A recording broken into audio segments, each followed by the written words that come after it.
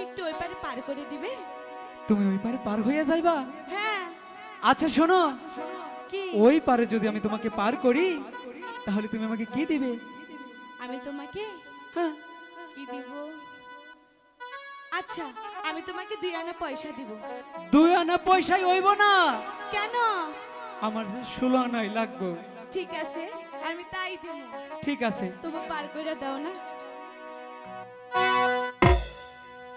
আমার কাঙ্ক্ষের কলসি আচ্ছা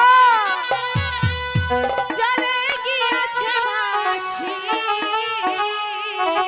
কলসি আমার কাছে। মাঝি রে তোর নৌকার ঢেউ